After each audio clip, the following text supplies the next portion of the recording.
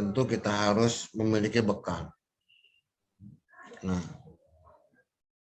bekal itu bisa kita mulai bangun dari sekarang, atau mungkin kalian sudah punya bekal sebelumnya. Nah,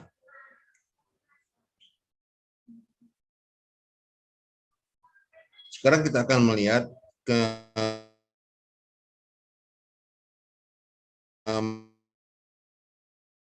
masuki kepada video yang pertama. Itu ada disebut dengan pengetahuan, ya. Pengetahuan sangat penting, ya. Pengetahuan sangat penting untuk berwawasan baik secara umum maupun khusus di bidang pergaulan, di bidang yang kita minati, ya. Bayangkan bila kita tidak punya pengetahuan, kita akan tampak bodoh dan tersingkir dari pergaulan karena tidak ada yang mau berteman dengan orang bodoh, ya. Maka kita harus menambah pengetahuan terus menerus. Jangan pernah puas dengan pengetahuan yang sekarang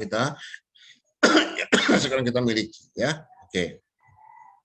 Kemudian yang kedua adalah keterampilan, ya, keterampilan. Baik, kalau tambah keterampilan, kita tidak bisa apa-apa. Itulah modal pergaulan. Itulah modal juga kita cukup berharga di mata kawan, di mata masyarakat. Nah, dari apa yang kita punya nih, ya, pergaulan, ya. Keterampilan ini bisa langsung dapat digunakan, tidak seperti pengetahuan. Pengetahuan bisa langsung digunakan atau bisa tidak langsung juga, ya. Terus, ya, begitu banyak keterampilan yang diperlukan, ya. Kita tentu tak mampu, ya, tak mungkin menguasai semuanya, dan kita harus memilih sesuai dengan keinginan dan minat kita dan juga keperluan di lapangan, ya. Bisa juga keterampilan itu bagian dari hobi.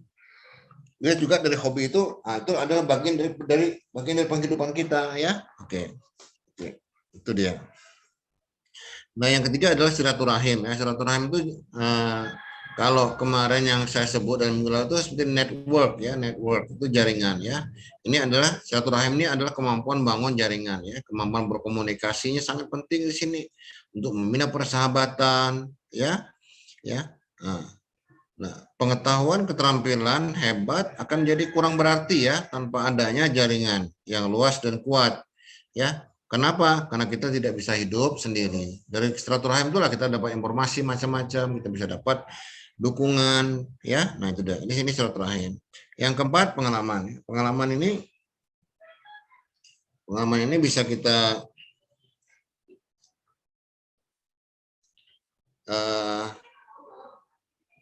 dalam minggu lalu itu disebut dengan experience, ya, experience, pengalaman, ya. Dengan pengalaman kita bisa melakukan proses belajar, ya, yang dapat mengubah cara berpikir, sikap, dan cara bertindak kita menjadi jauh lebih baik, ya, menjadi jauh lebih bermanfaat. Nah, ini dia, ya. Kita juga bisa belajar dari buku biografi, ya, dari kisah-kisah teladan orang-orang yang berhasil dalam hidupnya, ya. Dengan mendengar, membaca, dan perhatikan, pengalaman akan bertambah dengan cepat, ya. Oke. Nah, ini betul sangat penting pengalaman, ya. Itulah, kalau kita tidak bisa mengalami sendiri dan kita mungkin tidak perlu mengalami sendiri, kita bisa belajar dari pengalaman orang lain. Nah, yang kelima, poin terakhir dari bekal daya saing di video yang pertama ini adalah dengan memilih pengetahuan luas, keterampilan hebat, jaringan luas, dan pengalaman yang banyak, tidak ada alasan untuk tidak percaya diri, ya. Nah, ini menjadi percaya diri menjadi daya dorong yang sangat kuat untuk melangkah, ya.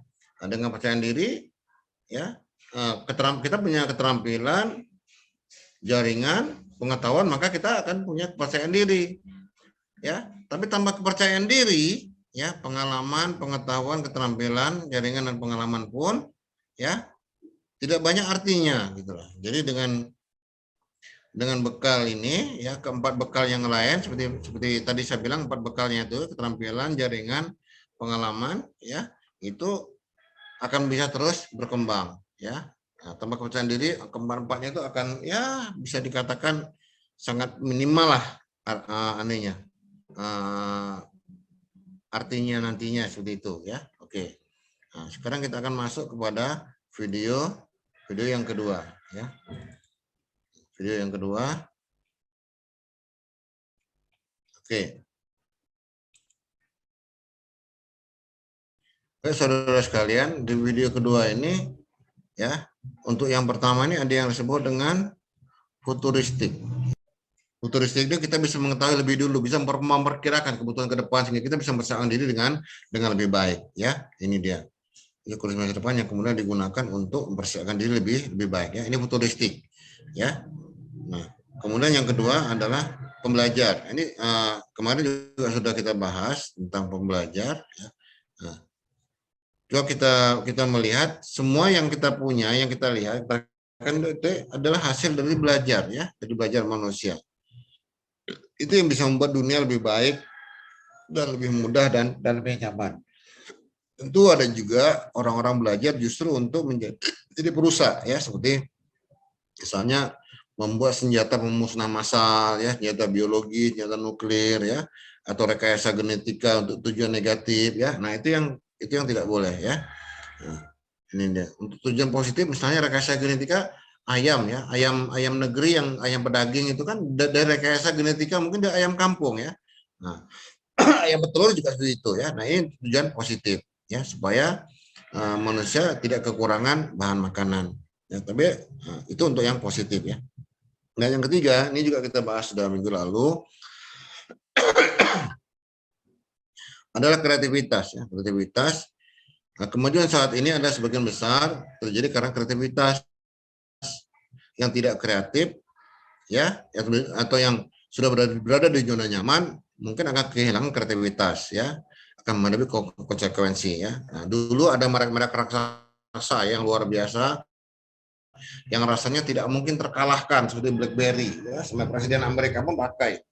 Ya, dulu Barack Obama ini pakai BlackBerry. Ada Nokia juga, ini sangat luar biasa juga, sehingga dikenal dengan HP sejuta umat ya. Kalau orang tidak pegang Nokia itu tidak hebat gitu ya. Oke. Kemudian yang ketiga namanya IBM ya, peletak standar personal komputer. Kemudian ada di dunia fotografi, ada Kodak dan Fujifilm ya. Sekarang mungkin masih ada tapi sudah